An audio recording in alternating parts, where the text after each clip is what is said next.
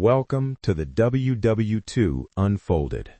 This is an original documentary-style breakdown of why U-boat logistics failed Germany, based on historical records and careful interpretation.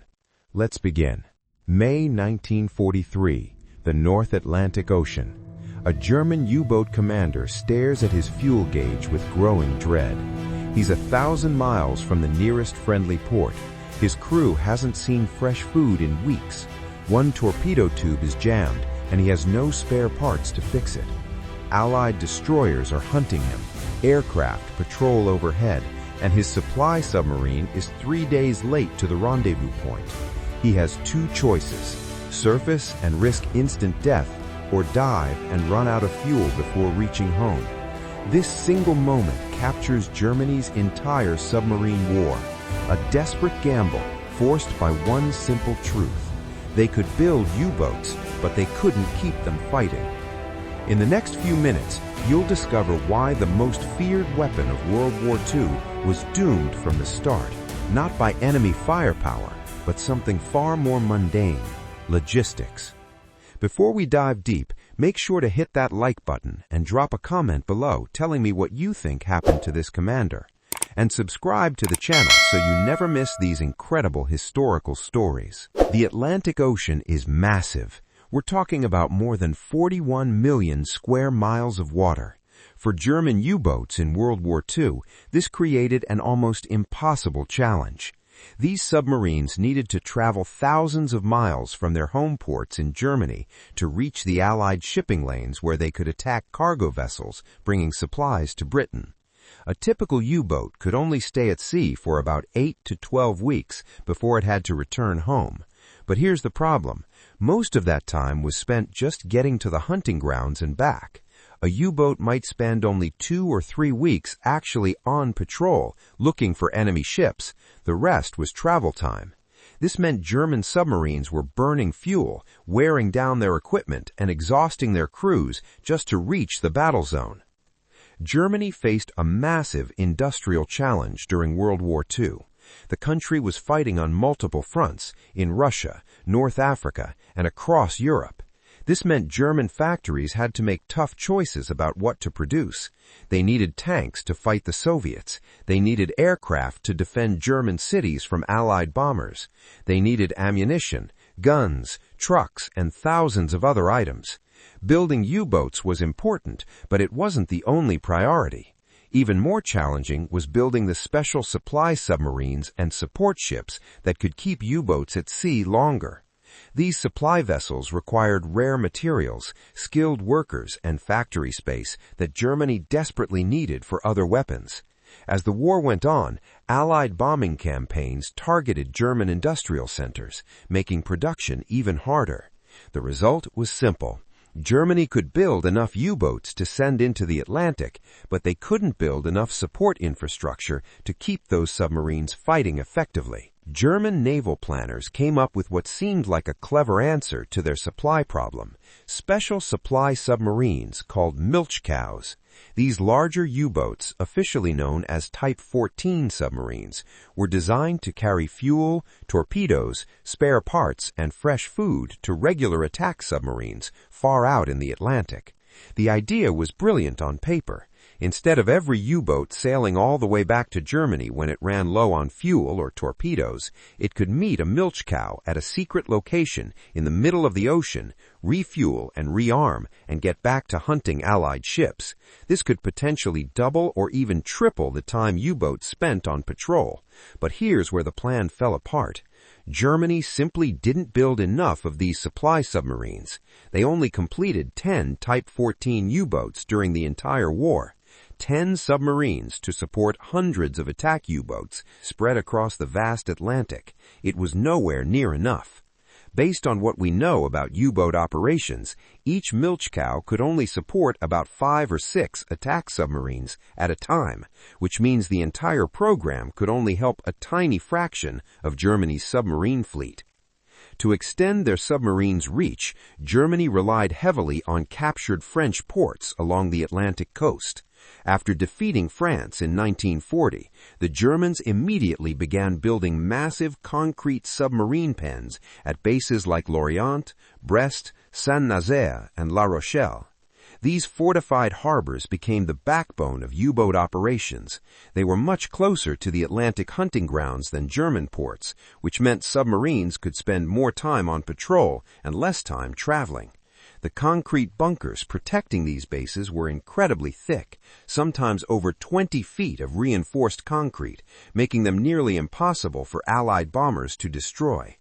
Inside these pens, German engineers could repair battle damage, reload torpedoes, and resupply submarines relatively quickly.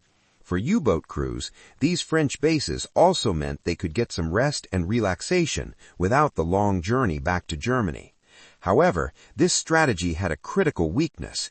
Germany was completely dependent on holding French territory. If they lost these bases, their entire submarine campaign would collapse because U-boats would have to make the much longer journey from German ports. U-boats were incredibly complex machines, packed with sophisticated technology. Their diesel engines, electric motors, torpedo tubes, periscopes, and diving systems all required constant maintenance and specialized knowledge to repair.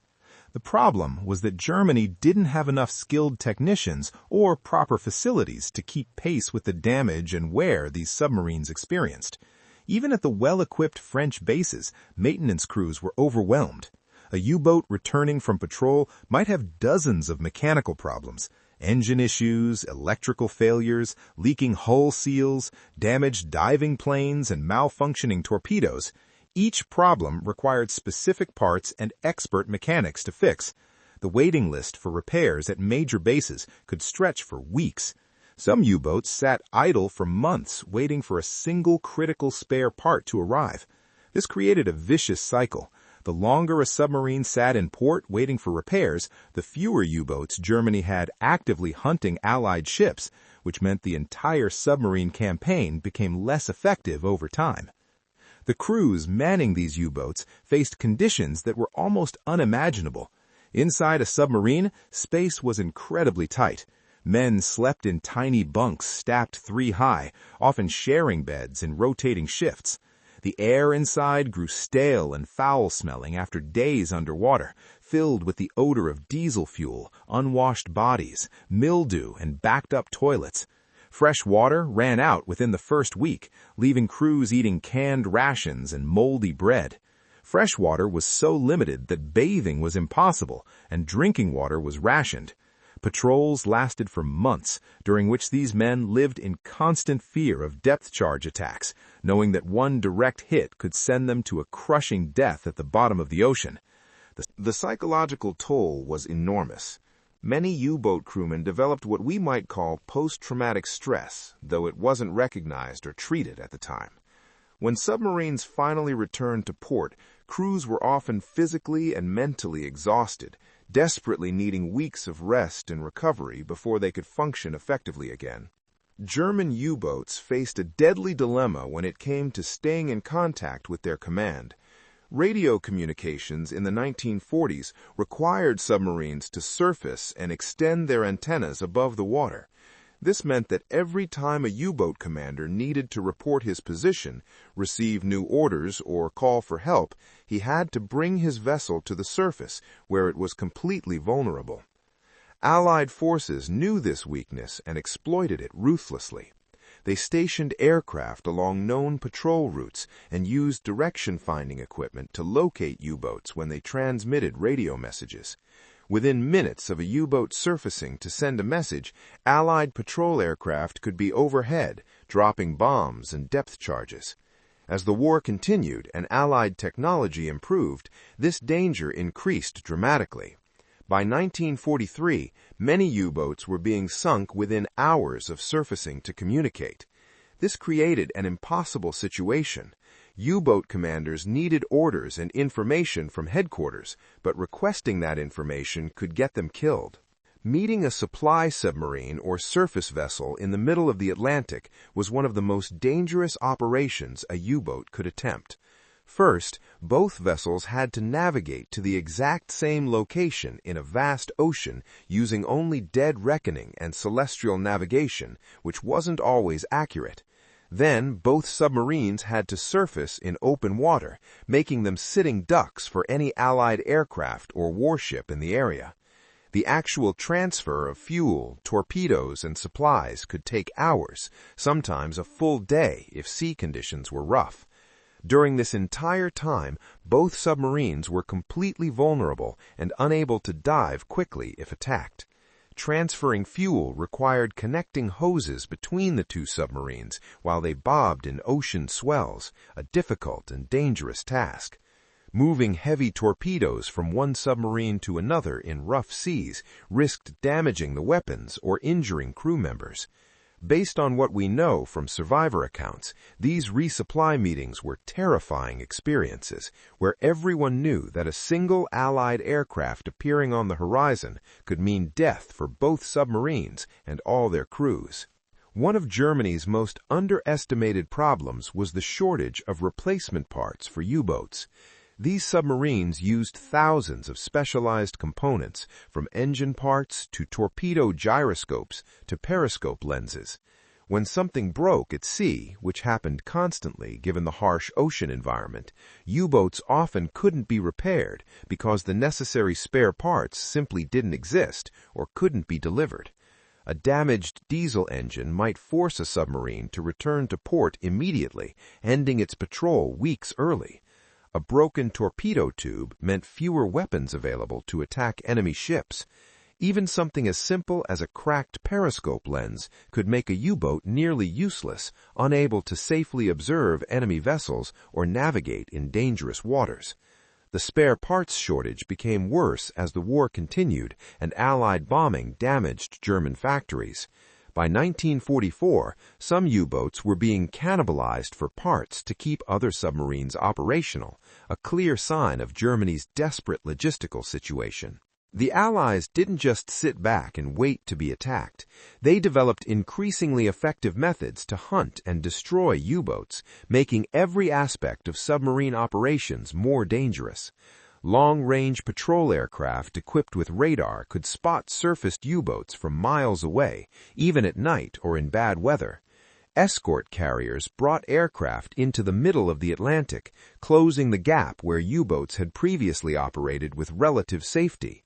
Improved sonar and depth charges made submerged U-boats easier to detect and destroy. The Allies also cracked German naval codes, which meant they often knew where U-boats were heading and could route convoys away from danger or send hunter-killer groups to ambush German submarines. Every improvement in Allied technology made U-boat resupply operations more perilous, reduced the effectiveness of forward bases, and increased the strain on Germany's already overstretched logistics system. Germany's U-boat campaign was ultimately a losing gamble forced by logistical realities they could never overcome. They could build submarines, but they couldn't keep them supplied, maintained, and crewed effectively. The vast Atlantic demanded resources Germany simply didn't have. Every mile a U-boat traveled burned fuel they couldn't replace. Every day at sea wore down equipment they couldn't repair. Every patrol exhausted crews they couldn't adequately rest. The mathematics were brutal and unforgiving.